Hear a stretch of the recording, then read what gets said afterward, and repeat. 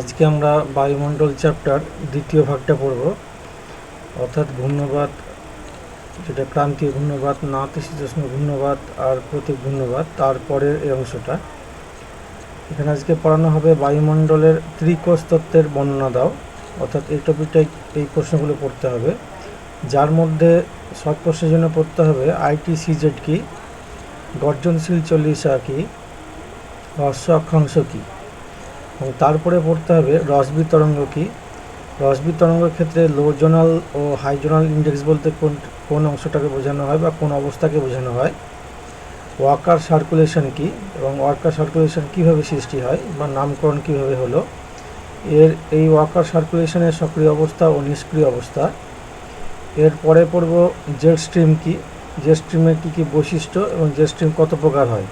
সেখানে আমরা পড়ব মূলত তিন ভাগ: মেরুদেশীয় জেট স্ট্রিম, উপক্রান্তীয় জেট স্ট্রিম বা ক্রান্তীয় জেট স্ট্রিম।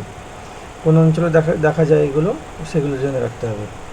পরে পড়ব জেট স্ট্রিমের জীবনচক্র বা ইন্ডাস সাইকেলের পর্যায়গুলো কী কী, কতগুলো পর্যায় আছে সেই স্টেজগুলো আমরা পড়ব। তারপরে পড়ব ভারতের আবহাওয়া বা জলবায়ুতে বা ভারতের মৌসুমী বায়ুর উপর জেট স্ট্রিমের প্রভাব কী। এরপরে পড়ব এল নিনো ও লা নিনা কী, এনসো কী, আর লাস্টে পড়ব ভারতের আবহাওয়া বা জলবায়ুতে এল নিনো প্রভাব। তো আমরা প্রথম, তোমাদের বইটা খুলবে, সেই বইয়ে প্রথম পাতায় চলে আসবে, দেখবে আবহাওয়া সঞ্চালনের আধুনিক ধারণা বলে একটা পয়েন্ট করা আছে, সেইখানে এই ত্রিকোষ তত্ত্ব প্রথম আরম্ভ হয়েছে।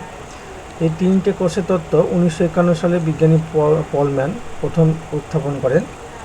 এই তিনটি কোষের নাম যদি তোমরা একটা ছবি দেখো, তোমাদের বই এই ছবিটা বের করবে, তো এই ছবিটা বের করার পর দেখবে তিনটে কোষের কথা পড়বে। একটা হলো, আসলে তোমরা প্রথমে একটা গোল পৃথিবী এঁকে নিয়ে মধ্যেখানে নিরক্ষরেখা বা উষ্ণমণ্ডল আঁকবে, তারপরে কর্কটীয় উচ্চচাপ বলয়, তার মাথায় দেবে হিমমণ্ডল বা উচ্চচাপ বলয় বা মেরু উচ্চচাপ বলয়। তো যেখানে এই নিরক্ষরেখার কাছে অর্থাৎ 0 ডিগ্রি অঞ্চলের মধ্যে, এখানে মূলত 0 থেকে 30 ডিগ্রি অক্ষরেখা, কর্কটক্রান্তি রেখা সামান্য একটু বেশি পর্যন্ত, এই অংশে হ্যাডলি কোষ বিরাজ করে। কীভাবে হয় না, তো এই নিরক্ষরেখীয় অঞ্চলে বা ওই উষ্ণমণ্ডলের বায়ু অত্যন্ত হালকা এবং গরম। এই বায়ু সরাসরি উপরে উঠে যায় এবং প্রায় টকোপজের কাছাকাছি গিয়ে দুই ভাগে বিভক্ত হয়ে যায়, একটা উত্তর বরাবর আসে, একটা দক্ষিণ দিকে যায়। এই ছবিতে হাফ আছে, বাকি অর্ধেকটা যোগ করলে পুরোটা হতো। তো দুই মেরুর দিকে যায়, যেতে যেতে 30 ডিগ্রি অক্ষাংশের কাছাকাছি গিয়ে সেই বায়ু আরও ভারী এবং শীতল হয়ে ক্রমশ নিচের দিকে অধোগামী হয় এবং কর্কটীয় উচ্চচাপ বলয় আর দক্ষিণে মকরীয় উচ্চচাপ বলয় নেমে আসে। সেখানকার বাতাস কী করে, সেখানকার বাতাস আবার নিরক্ষীয় নিম্নচাপ বলয়ের দিকে, উত্তর গোলার্ধের ডান দিকে বেঁকে এবং দক্ষিণ গোলার্ধের বাঁ দিকে বেঁকে প্রবাহিত হয় এবং এই নিরক্ষীয় নিম্নচাপ বলয়ে এসে আবার উষ্ণ গরম হয়ে বা উষ্ণ ও জলীয়বাষ্পপূর্ণ আর্দ্র হয়ে বা হালকা হয়ে আবার উপর দিকে ওঠে, অর্থাৎ একটা চক্রের মতো কাজ করে বা চক্রের মতো এখানকার বাতাসগুলো ঘুরছে। ঠিক আছে, এই অংশটার নাম বলা হয় হ্যাডলি কোষ। কীভাবে নাম হয়েছে, 1735 খ্রিস্টাব্দে ইংরেজ আইনজ্ঞ তথা অপেশাদার আবহবিদ জর্জ হ্যাডলি তার পরিচালন মডেলের ব্যাখ্যায় দুই গোলার্ধে এই কোষের অবস্থানের কথা প্রথম জানিয়েছিলেন, তাই তার নাম অনুসারে একে হ্যাডলি কোষ বলা হয়। কোন অংশে রয়েছে, 0 থেকে 30-এর মধ্যে। ঠিক আছে, এরপরে চলে আসবো আমরা, এর মধ্যে কয়েকটা জিনিস আছে, যেমন ইন্টারট্রপিক্যাল কনভার্জেন্স জোন, যেটা ITCZ বলা হয়। এখানে যখন উত্তর পূর্বায়ন বায়ু দক্ষিণ পূর্বায়ন বায়ু এই উষ্ণমণ্ডলের কাছে এসে পরস্পর মিলিত হয় বা অভিক্ষিপ্ত হয়, তার জন্য এই অঞ্চলটাকে বলা হয় ITCZ বা ইন্টারট্রপিক্যাল কনভার্জেন্স জোন। এরপরে চলে আসবো তারপরের কোষটায়, যার নাম ফেরেল কোষ, তার শেষে একদম নাম হচ্ছে মেরু কোষ। তো এরপরে আসবো ফেরেল কোষ। 1856 খ্রিস্টাব্দে উইলিয়াম ফেরেল প্রথম এই ধরনের ওই কোষটি লক্ষ্য করেছিলেন বলে তার নাম অনুসারে একে ফেরেল কোষ বলা হয়। 30 থেকে 60 ডিগ্রি অক্ষাংশের মধ্যে হয়, উত্তর এবং দক্ষিণ দুই দিকে রয়েছে। ঠিক আছে, 30 থেকে 60। এই ক্ষেত্রে কি হয়, এই ক্ষেত্রে হয় 30 ডিগ্রিতে অংশটা রয়েছে কর্কট উচ্চচাপ বলয়, আর 60 ডিগ্রি অক্ষাংশের কাছে আছে মেরুদেশীয় নিম্নচাপ বলয়। উত্তরের ক্ষেত্রে সুমেরু মেরু প্রদেশীয় নিম্নচাপ বলয়, আর এবং দক্ষিণের ক্ষেত্রে কুমেরু মেরু প্রদেশীয় নিম্নচাপ বলয়।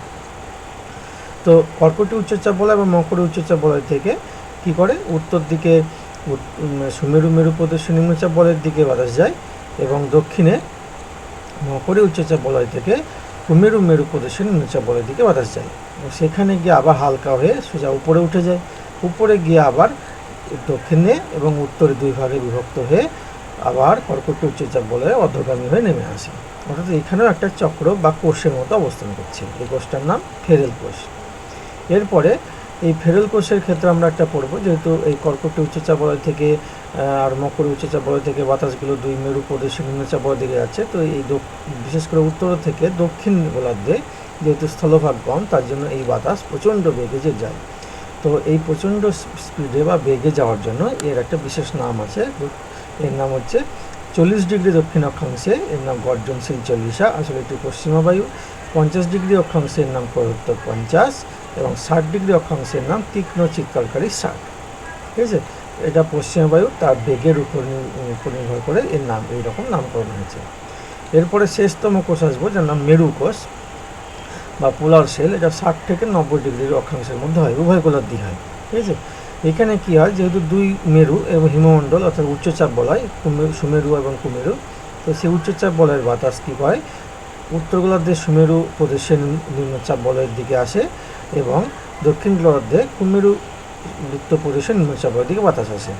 আসার পর সেখানকার বাতাস আবার হালকা হয়ে উপর দিকে উঠে যায়, উঠে গিয়ে আবার মেরুর দিকে দুই প্রান্তে যায়, দিয়ে মেরুতে গিয়ে আবার অধোগামী হয়ে নিচে নামে, যাতে এখানেও একটা কোষের মতো অবস্থান করে। তার জন্য এই কোষটি একটি নাম মেরু কোষ।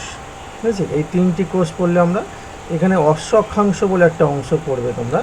এই অংশটা কি হয়েছে, এই অংশটা হচ্ছে এই কর্কটীয় উচ্চচাপ বলয়ের মধ্যে বিশেষ করে 30 থেকে 35 ডিগ্রি অক্ষাংশের মধ্যে যেহেতু শান্ত বলয় বা কর্কটীয় উচ্চচাপ বলয় রয়েছে, এখানে পূর্বে আগে ইউরোপের সঙ্গে উত্তর আমেরিকার বাণিজ্য চলতো। তো এই শান্ত বলয়ে যখন আগেকার পালতোলা জাহাজগুলো চলে পৌঁছাতো বা আসতো, তখন সেই বাতাস বায়ুর অভাবে আর সামনে যেতে পারতো না। তখন সেই জাহাজের খাবার জল বাঁচানোর জন্য তার মধ্যে বয়ে নিয়ে আসা ঘোড়াগুলোকে সমুদ্রের মধ্যে ফেলে দেওয়া হতো, বোঝা লাঘব করার জন্য বা খাদ্যের অপচয় কমানোর জন্য। তো সেই থেকে এই 30 থেকে 35 ডিগ্রি উত্তর অক্ষাংশটিকে অশ্ব অক্ষাংশ বলে বলা হয় বা অশ্ব অক্ষাংশ নামে পরিচিত হয়েছে। এরপরে আসবো আমরা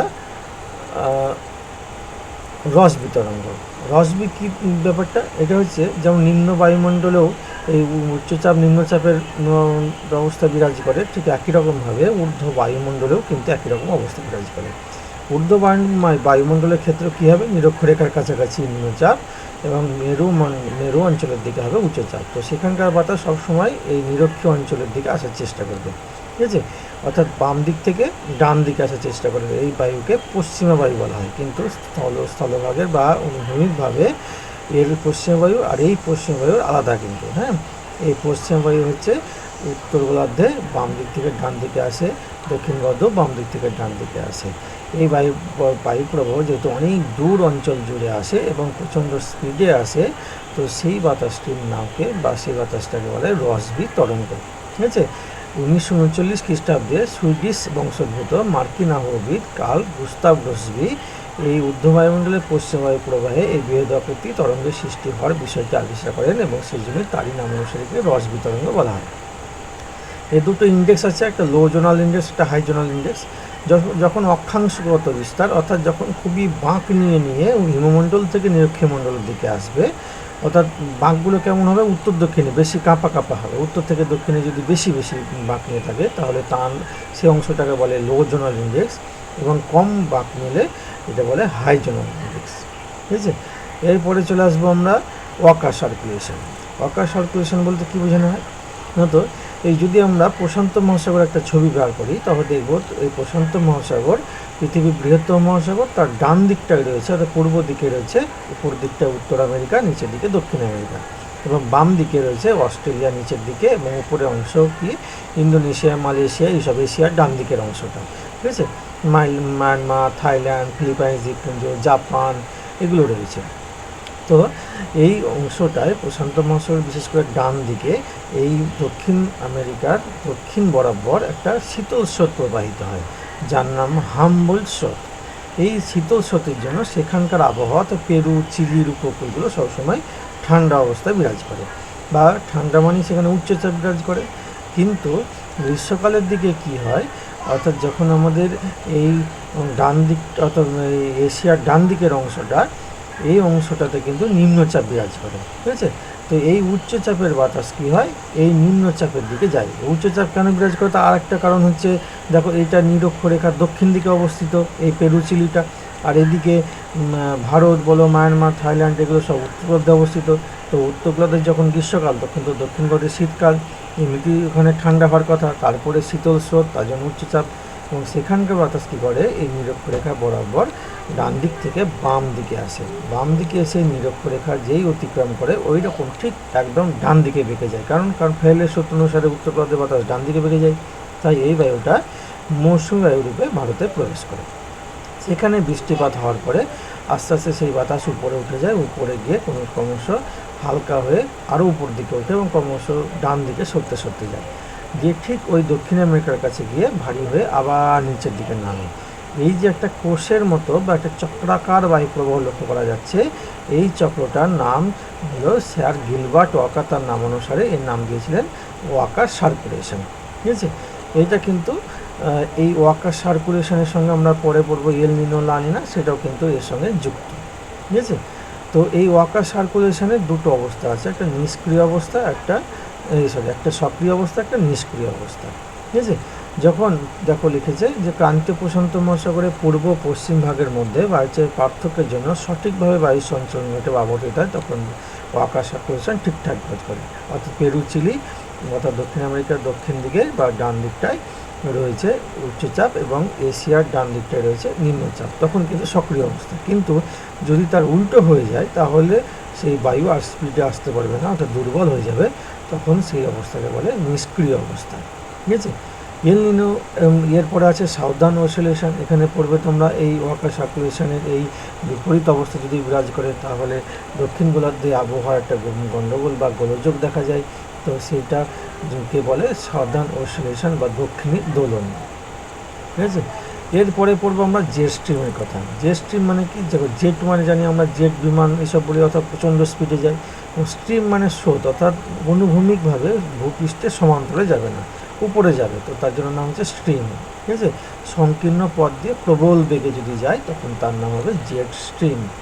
তো এইটা প্রথম লক্ষ্য করেছিলেন কখন, দেখো কতগুলো সালের কথা আছে। 1883 সালের কথা লেখা আছে। কাকাতো আগ্নেয়গিরি ভয়ঙ্কর বিস্ফোরণের পর ঊর্ধ্ব বায়ুমণ্ডলে তার প্রতিক্রিয়া পর্যবেক্ষণের সময় আকাশে প্রথম একটি দ্রুতগতি সম্পন্ন বায়ুপ্রবাহের সন্ধান পাওয়া যায়।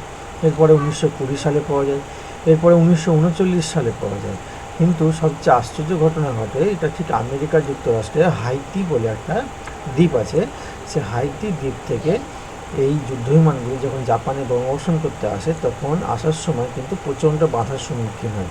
যেহেতু আমেরিকা প্রশান্ত মহাসাগরের ডান দিকে আছে, অর্থাৎ পূর্ব দিকে আছে, তা পূর্ব থেকে এবং জাপান পশ্চিমে আছে, তো এই প্রশান্ত মহাসাগর অতিক্রম করে যখন জাপানে আসে, তখন কিন্তু প্রচণ্ড একটা বাধার সম্মুখীন হয় বায়ু প্রবাহে, কিন্তু আকাশে ঊর্ধ্ব আকাশে। কিন্তু যখন বোম ফেলে ফিরে আসে, তখন তার যে স্পিডে আসার কথা তার থেকে বেশি স্পিডে এসেছে। তারপরে তার সম্পর্কে অনেক পরীক্ষা নিরীক্ষা হয়, পরে জানা যায় যে এটি আসলে জেট স্ট্রিম, ঠিক আছে। টপক পর্যায়ে ঠিক সামান্য নিচে এটি প্রবাহিত, প্রচণ্ড গতিবেগ সম্পন্ন। এর কী কী বৈশিষ্ট্য দেখো কী দেওয়া আছে। এটা কি শীতল বায়ুস্রোত টপোস্ফিয়ার উদ্যাংশে ভূপৃষ্ঠ থেকে মোটামুটি 10 থেকে 12 কিমি উচ্চতায় প্রবাহিত হয়। আঁকা বাঁকা ভাগে বা সর্পিল গতিতে, মানে সাপের মতো প্রবাহিত হয়। প্রবাহ বেশিরভাগ ক্ষেত্রে পশ্চিম থেকে পূর্বে, কিন্তু ক্রান্তীয় অঞ্চলে উল্টো পূর্ব থেকে পশ্চিমে আসে, ঠিক আছে। এরপর আছে গতিবেগ, অতি দ্রুত গতি সম্পন্ন হয়, ঘন্টায় 92 কিমি থেকে সর্বোচ্চ প্রায় 500 কিমি। বিস্তার কত হয়, অনুভূমিক বিস্তার মাত্র কয়েকশো কিমি, গভীরতা উল্লম্ব বিস্তার 5 কিমিরও কম। অক্ষাংশ কত থাকে, 30 থেকে 60 ডিগ্রি অক্ষাংশের মধ্যে সব থেকে বেশি প্রবাহিত হয়। 3 প্রকার, ভাগটা আমরা পড়ে যাচ্ছি। স্থান পরিবর্তন দেখো, এই জেট স্ট্রিম কিন্তু উত্তরায়ণ আর দক্ষিণায়নের সঙ্গে সঙ্গে কিছুটা উত্তরে দক্ষিণে সরে আসে, ঠিক আছে। এটা কিন্তু এক ধরনের রস বিতরণ বলেই চলে। তো এবার আমরা 3 ভাগে চলে আসি। দেখো, একটা মেরুদেশীয় জেট স্ট্রিম, এরপর আছে উপক্রান্তীয় জেট স্ট্রিম, একটা ক্রান্তীয় জেট স্ট্রিম। ভালো করে যদি খেয়াল করো, তাহলে এটা রিডিং করার পর জানতে পারবে। এই ছবিটা দিয়ে খেয়াল করো, দেখো 3টে কোষের কথা বলেছিলাম এর আগে, হ্যাডলি কোষ, ফেরেল কোষ এবং মেরু কোষ। এই হ্যাডলি কোষ ও ফেরেল কোষ যেখানে মিলিত হচ্ছে, সেই জায়গায় হচ্ছে উপক্রান্তীয় জেট স্ট্রিম। ফেরেল কোষ আর মেরু কোষ যেখানে মিলিত হচ্ছে, ঠিক সেই জায়গায় মেরু জেট স্ট্রিম। আর দুটো হ্যাডলি কোষ অর্থাৎ নিরক্ষরেখা বরাবর যেখানে দুটো হ্যাডলি কোষ পরস্পর মিলছে সেটা হচ্ছে ক্রান্তীয় জেট স্ট্রিম। এই ক্রান্তীয় জেট স্ট্রিম পূর্ব দিক থেকে আসে, বাকি দুটোই পশ্চিম দিক থেকে প্রবাহিত হয়। ঠিক আছে, এরপরে দেখো আছে জেট স্ট্রিমের জীবনচক্র বা ইন্ডেক্স সাইকেল। এখানে দেখো কতগুলো পর্যায় দেওয়া আছে, অর্থাৎ প্রথম সৃষ্টি থেকে শেষ পর্যন্ত কতগুলো পর্যায়ে ভাগ করা হয়েছে। দেখো প্রথম পর্যায়, দ্বিতীয় পর্যায়, তৃতীয় পর্যায়, চতুর্থ পর্যায়, অর্থাৎ আস্তে আস্তে সেই হাইজোনাল ইন্ডেক্স বা লোজোনাল ইন্ডেক্সের মাধ্যমে বা বিস্তার করতে করতে আস্তে আস্তে কোষের আকৃতি গ্রহণ করে। সেই কোষগুলো স্থানীয়ভাবে কিছু ঘূর্ণপাতের সৃষ্টি করে এবং বাকি অংশটা প্রায় সোজাভাবে প্রবাহিত হয় এবং শেষ পর্যায়ে এসে আবার মিলিত হয়ে যায় বা বিলীন হয়ে যায়। ঠিক আছে, তো যখন বিলীন হয়ে যায় তখন জানতে হবে যে স্ট্রিম তার ক্ষমতা অবলুপ্ত হলো বা অবলুপ্ত ঘটালো। এরপরে আসবো ভারতের উপর যে স্ট্রিমের প্রভাব। দেখো দুটো প্রভাব, এক হচ্ছে ক্রান্তীয় পূর্বালি যে স্ট্রিমের উপর, অর্থাৎ যেটা ক্রান্তীয় যে স্ট্রিম পূর্বালি মানে অর্থাৎ পূর্ব দিক থেকে আসে তাই, এবং উপক্রান্তীয় যে পশ্চিমী যে স্ট্রিম অর্থাৎ পশ্চিম দিক থেকে আসে তার জন্য নাম পশ্চিমী যে স্ট্রিম। তো ক্রান্তীয় পূর্বালি যে স্ট্রিম কখন প্রবাহিত হয়? ঠিক আমাদের যখন বর্ষাকাল আসে তার আগে, অর্থাৎ গ্রীষ্মকালের শেষে এই যে স্ট্রিম ভারতের উপরে ডান দিক থেকে বাম দিকে আসে, অর্থাৎ পূর্ব থেকে পশ্চিমে প্রবাহিত হয়, ঊর্ধ্ব আকাশে প্রবাহিত হয় এবং তার স্পিড এত বেশি থাকে যে তার নিচে স্থলভাগের উপর দিয়ে বা সমুদ্রের উপর দিয়ে সেই মৌসুমী বায়ুকে ঠেলে নিয়ে আসতে সাহায্য করে। তাহলে বুঝতে পারছো যে এই যে স্ট্রিম যত শক্তিশালী হবে এই মৌসুমী বায়ু অর্থাৎ আমাদের ভারতের উপর মৌসুমী বায়ুর আগমন তত তাড়াতাড়ি হবে। ঠিক আছে, 2 নম্বর আছে দেখো উপক্রান্তীয় পশ্চিমী জেট স্ট্রিম। উপক্রান্তীয় জেট স্ট্রিম শীতকালে প্রবাহিত হয়। শীতকালে কি হয়, যখন দক্ষিণায়ন শুরু হয় তখন ভারতের উত্তর ভাগ বরাবর এই অংশে আমাদের হ্যাডলি কোষ অবস্থান করে। তো তার জন্য ওর উপরে একটা বাম দিক থেকে ডান দিকে জেট বায়ু প্রবাহিত হয়। কিন্তু আশ্চর্য যে সেই হিমালয় পর্বতমালা থাকার জন্য এই জেট স্ট্রিম হিমালয়ের ঢাকাকে দুভাগে ভাগ হয়ে যায়, গিয়ে একটা উত্তর দিক একটা দক্ষিণ দিক বরাবর হয়। যদি হিমালয় পর্বত না থাকতো বা এই যে স্ট্রিম দুই ভাগে বিভক্ত না হতো তাহলে ভারতে কিন্তু শীতল ঠান্ডা বাতাস অর্থাৎ সাইবেরীয় বাতাস ভারতে প্রবেশ করে যেত এবং তার ফলে ভারতের শীতের তাপমাত্রা অতিরিক্তভাবে কমে যেত, অর্থাৎ তীব্র শীত আসতো। কিন্তু এই দুই ভাগ হয়ে যাওয়াটা ভারতের একদিকে খুবই ভালো হয়েছে। তবে হিমালয় যেই পার হয়ে যায় তখন এই দুটো শাখা আবার মিলিত হয়ে আবার তার ক্ষমতা ফিরে পায়। ঠিক আছে, তো শীতকাল কতটা তীব্র হবে সেটা নির্ভর করে যে স্ট্রিমের উপর। বর্ষাকাল কত তাড়াতাড়ি আসবে সেটাও নির্ভর করে যে স্ট্রিমের উপর। এরপর আসবো এল নিনো। দেখো এল নিনো মানে হচ্ছে এল নিনো একটা স্পেনীয় শব্দ যার অর্থ খ্রিস্টাইল বা বাংলায় শিশু খ্রিস্ট বা একে অনেক সময়তে ছোট্ট ছেলে বা দুরন্ত বালকও বলা হয়। এই এল নিনো আসলে ওই যে একটু আগে ওয়াকার সার্কুলেশনের ক্ষেত্রে বললাম যে দক্ষিণ আমেরিকা পেরু বা চিলির উপকূলে একটা স্রোত প্রবাহিত, হাম্বল স্রোত, কিন্তু মাঝে মাঝে কী হয় উত্তর দিক থেকে একটা দক্ষিণমুখী একটা উষ্ণ স্রোত প্রবাহিত হয়। এর জন্য বা ওই স্রোতটির নাম হচ্ছে এল নিনো। এটা শীতকালে প্রবাহিত হয়।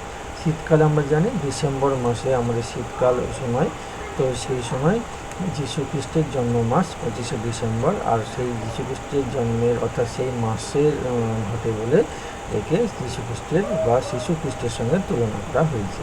ঠিক আছে, তো এটা কারণ কিন্তু যতটা আমরা সহজভাবে বলছি তা নয়, এটার আরেকটা কারণ আছে যে যেহেতু ডান দিকটা অর্থাৎ উচ্চচাপ বিরাজ করে এবং বাম দিকে নিম্নচাপ বিরাজ করে প্রশান্ত মহাসাগরে, তো যখন জলের উপর দিক থেকে ক্রান্তীয় যে স্ট্রিম প্রবাহিত হয় এবং নিচের দিক থেকে দক্ষিণ নিরক্ষীয় স্রোত প্রবাহিত হয় তার সঙ্গে দক্ষিণ পূর্ব আয়নবায়ু প্রবাহিত হয়, এই তিনটে দিক যখন একই দিকে হয়ে যায়, একই দিকে হওয়ার ফলে সমুদ্রের জলের যে গভীরতা সেই গভীরতা ডান দিকে কমে যায় এবং বাম দিকে বেড়ে যায়।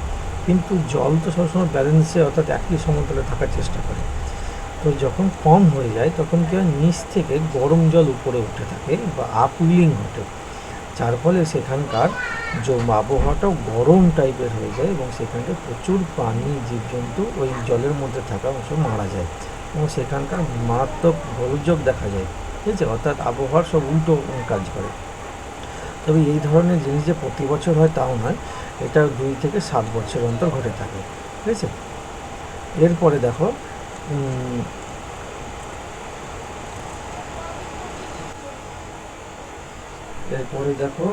এল নিনোর পরে কত সালে এল নিনো ঘটেছে দেখো, 2 থেকে 7 বছর হলেও কোনো বাঁধা ধরা নিয়মে এরকম হয় না।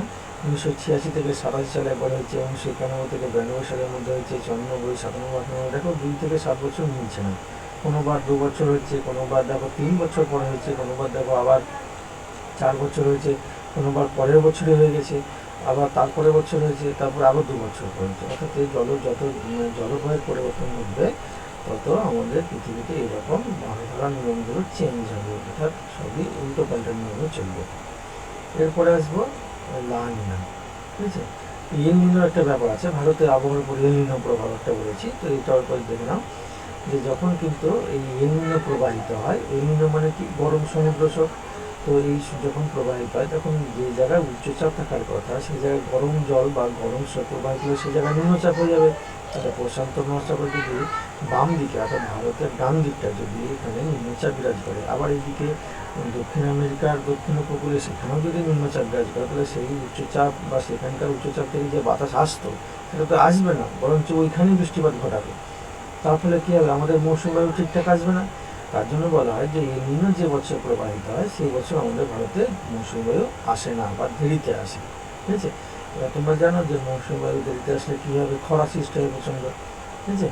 এরপর আসবো এর বিপরীত অবস্থা লা নিনা, যখন এই উচ্চচাপটা আরও বেশি উচ্চচাপ বিরাজ করবে, অর্থাৎ উচ্চচাপটা আরও গভীর উচ্চচাপ এবং এই এশিয়ার ডান দিকের অংশটা নিম্নচাপ বিরাজ করে, তখন সেই দক্ষিণ পশ্চিম মৌসুমি বায়ুগুলো বা দক্ষিণ পূর্ব আয়নবায়ু বা দক্ষিণ ইউরোপীয় সব যে বেগে আসার কথা তার থেকে অতিরিক্ত বেগে আসবে।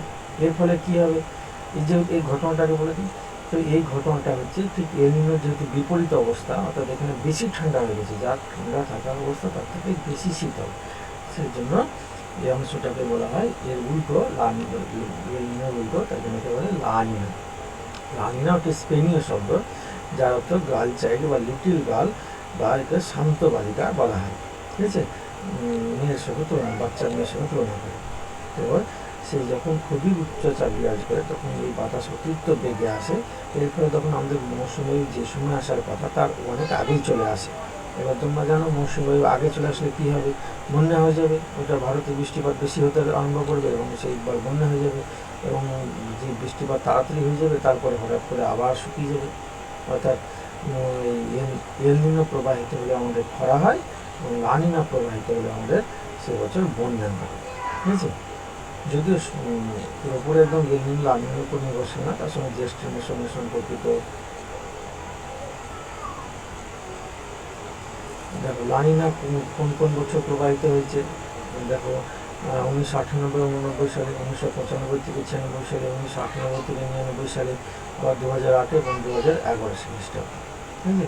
এখানে দেখো ভারতে লা নিনা প্রভাব দেওয়া আছে। লা নিনা বছরগুলো হয়তো বেশিরভাগ অঞ্চলে স্বাভাবিক বর্ষার চেয়ে বেশি বৃষ্টিপাত হয়, বন্যা হয় সে বছর। এরপরে অনুশীলনের প্রশ্ন চলে আসে। অনুশীলন নিয়ে খুলবে তোমরা 99 খাতার ছায়াপথের শুনবো। দেখো বহু বিকল্প ভিত্তিক এমসিকিউ, নিচের কোনটি সাময়িক বায়ু উদাহরণ। প্রশ্ন কী আছে, কোন অপশান আছে পশ্চিম বায়ু, মৌসুমী বায়ু, আয়ন বায়ু, মেরুবায়ু। সাময়িক বায়ু হচ্ছে মৌসুমী বায়ু। ঘূর্ণবাতের চক্ষুর ব্যাস কত, 30 থেকে 65, 10 কিমি কম, 65 থেকে 100, 10 থেকে 20, 30 থেকে 65 কিমি। ক্রান্তীয় ঘূর্ণবাত সৃষ্টি হয় কোথায়, 0 থেকে 3, 5 থেকে 30, 40 থেকে 60, 60 থেকে 90, 5 থেকে 30-এর মধ্যে। বিশ্ব আবহাওয়া সংস্থা ক্রান্তীয় অঞ্চলে বায়ুমণ্ডলে আলো রঙের কয় ভাগে ভাগ করেছে, এখানে হবে 4 ভাগে। উত্তর পূর্ব দক্ষিণ পূর্ব আয়নবায়ুর মিশ্রণে গঠিত হয় কি, আন্তঃক্রান্তীয় বিচরণ অঞ্চল বা আইটিসি, ডি নম্বর। ক্রান্তীয় ঘূর্ণবাতে উষ্ণ শীতল বায়ুর সংযোগস্থলে কোন মেঘের উপস্থিতি লক্ষ্য করা যায়, এটা হচ্ছে কিউমুলোনিম্বাস, ডি নম্বর। ঝঞ্ঝা বিক্ষুব্ধ বলয় ক্রান্তীয় ঘূর্ণবাতের কোন বলয় দেখা যায়, এটা হচ্ছে দ্বিতীয় বলয়। মার্কিন যুক্তরাষ্ট্রের টর্নেডোর প্রচলিত নাম কি, উত্তর হবে টুইস্টার। নাতিশীতোষ্ণ ঘূর্ণবাতে অবরুদ্ধ সীমান্ত সৃষ্টি হয় কোন পর্যায়ে, পঞ্চম পর্যায়ে, হ্যাঁ পঞ্চম পর্যায়ে। নাতিশীতোষ্ণ ঘূর্ণবাতের উৎপত্তি কোথায় হয়, এটা হচ্ছে সমুদ্র ও স্থলভাগের উভয় স্তরের উপর। নাতিশীতোষ্ণ ঘূর্ণবাত সৃষ্টি আদর্শ সময় হলো শীতকাল। কানাডা সাইবেরিয়ার উত্তরাংশে কোন ধরনের ঘূর্ণবাত পরিলক্ষিত হয়, এটা হচ্ছে প্রতি ঘূর্ণবাত। ত্রিকোষ তত্ত্বের উপস্থাপক হল ডি নম্বর, বিজ্ঞানী পলম্যান। ত্রিকোষ মডেলের সর্বশেষ কোষ কোনটি, উত্তর হবে মেরু কোষ। এরপর আসবো 15 নম্বর, সাধারণ অসিলেশন বলা হয় কোনটাকে? ওয়াকার সার্কুলেশন। কোন জেট স্ট্রিম ফেরেল কোষ ও মেরু কোষকে পৃথক করেছে? উপক্রান্তীয় জেট স্ট্রিম। এলিনো শব্দের ইংরেজি অর্থ কি? উত্তর হবে এ নম্বর, ফিস্ট চাইল্ড। দক্ষিণ আমেরিকার চাইল্ড ভুল লিখেছে, একটু ঠিক করে নেবে। দক্ষিণ আমেরিকার পেরু সংলগ্ন এলাকায় খরা পরিস্থিতি সৃষ্টি হয়, তখন খরা সৃষ্টি হয় এল নিনো প্রভাবে, না ভুল বললাম, লানিনার প্রভাবে, লানিনার প্রভাবে। দক্ষিণ আমেরিকার পেরু সংলগ্ন এলাকায় খরা পরিস্থিতি সৃষ্টি হয় লানিনার প্রভাবে। ঠিক আছে, তো এমসিকিউ শেষ হলো। রেসিপিগুলো পেয়ে যাবে, চেষ্টা করবো একটু করার। সব প্রশ্ন 2 লাইনের মধ্যে করতে হবে, গতি সংযোগ, এটাকে এসে কিউ বলা হয়। ঠিক আছে, আজকে এখানে শেষ।